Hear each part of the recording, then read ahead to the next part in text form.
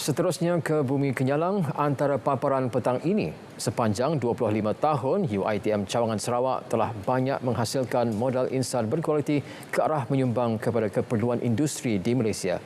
Perinciannya bersama Fazril Hisham Afandi. Silakan, Fazril. Terima kasih, Otto. Warga UiTM Cawangan Sarawak disaran agar terus memberikan komitmen dalam menjadikan universiti itu sebagai sebuah institusi pendidikan tinggi yang unggul di negara ini. Berucap dalam majlis malam gala sempena sambutan 25 tahun UiTM sebagai sebuah universiti yang berlangsung di Kuching, Pro-Chancellor UiTM Dato' Abdul Wahab Aziz memberitahu sepanjang 25 tahun ini UiTM Cawangan Sarawak telah banyak menghasilkan modal insan berkualiti ke arah menyumbang kepada keperluan industri di Malaysia.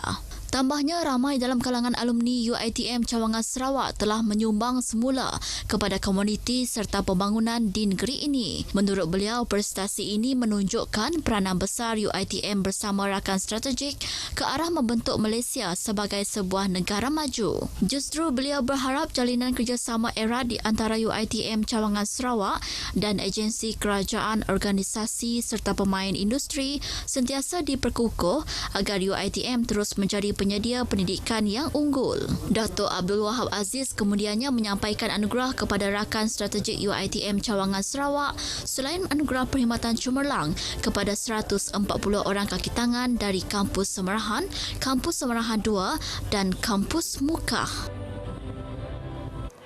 Dana tambahan RM1.5 juta diperlukan bagi menaik taraf keseluruhan trek balapan di Kompleks Sukan Limbang yang dikategorikan sebagai daif.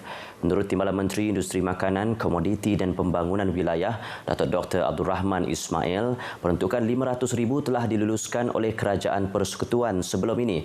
Bagaimanapun, jumlah tersebut hanya dapat membaik pulih sekitar 100 meter trek balapan. Saya berharaplah kerajaan melalui Kementerian Belia dan Sukan Federal dan juga Kementerian Belia dan Sukan Sarawak supaya mencari peruntukan tambahan agar projek pembaikan balapan ini akan dapat diteruskan.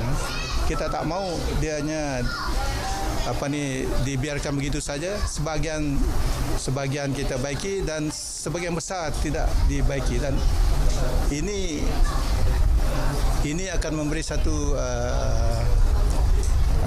satu gambaran yang tidak baiklah, negatif.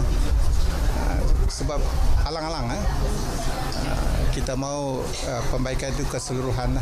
Projek naik taraf balapan akan bermula bulan depan dan berharap peruntukan tambahan itu dapat disalurkan.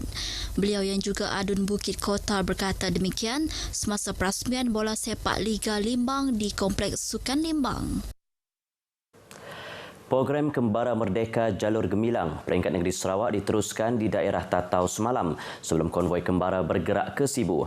Ahli Parlimen Selangor Edwin Banta menyifatkan program ini sebagai satu inisiatif murni untuk menyemarakkan semangat patriotik dalam kalangan penduduk, terutamanya generasi muda. Dengan program ini iaitu Kembara Merdeka Jalur Gemilang adalah seruan murni bagi kita untuk menyemarakkan semangat patriotisme di kalangan dalam hati di jati diri kita dan menyemai rasa cinta kepada tanah air. Ikatan perpaduan yang tinggi dalam menjamin kesejahteraan hidup di kalangan rakyat Malaysia, khususnya di Sarawak. Beliau berkata demikian pada program Kembara Merdeka Jalur Gemilang peringkat negeri Sarawak daerah Tatau Bintulu.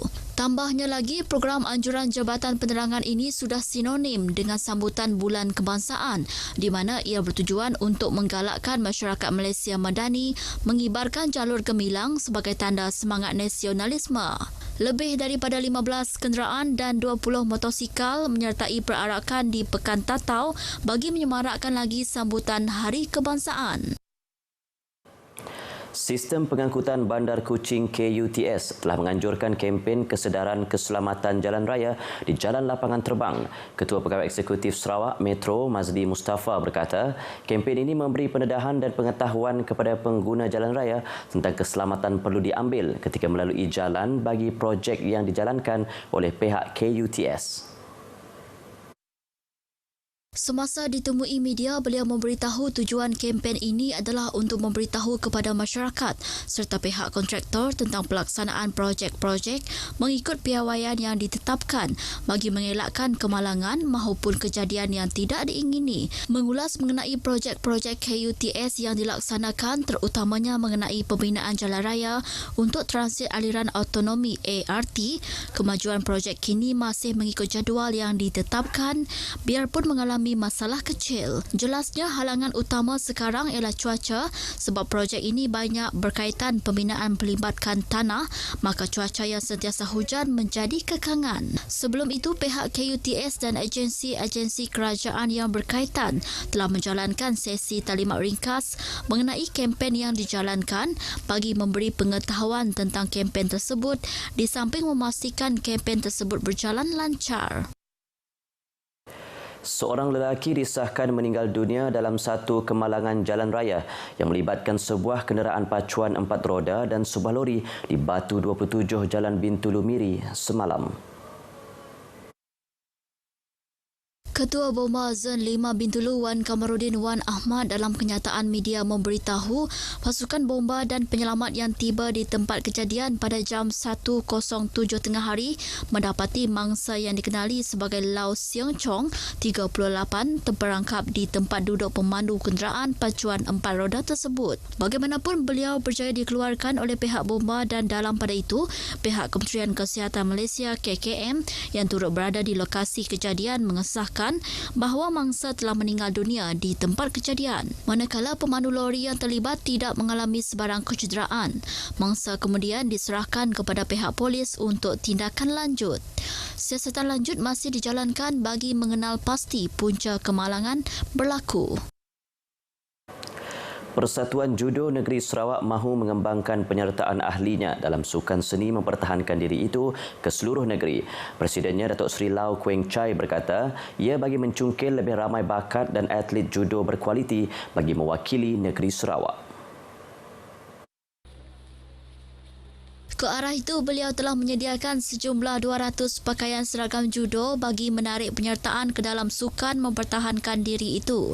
Datuk Seri Lau menjelaskan perkara itu kepada media di Kuching. Beliau percaya dengan penyertaan tinggi akan menjadikan sukan itu sebagai lubuk emas bagi Sarawak dalam Tamasya Sukan. Pada Tamasya Sukma Sarawak minggu lalu, sukan judo telah menyumbang 1 emas kepada Sarawak dalam kategori wanita oleh Sing Huang Tan. Baik, perkongsian itu tadi mengakhiri berita dari Sarawak. Malaysia Madani Jiwa Merdeka. Kembali bersama untuk perkembangan berita selanjutnya. Terima kasih Fazril langsung dari Sarawak.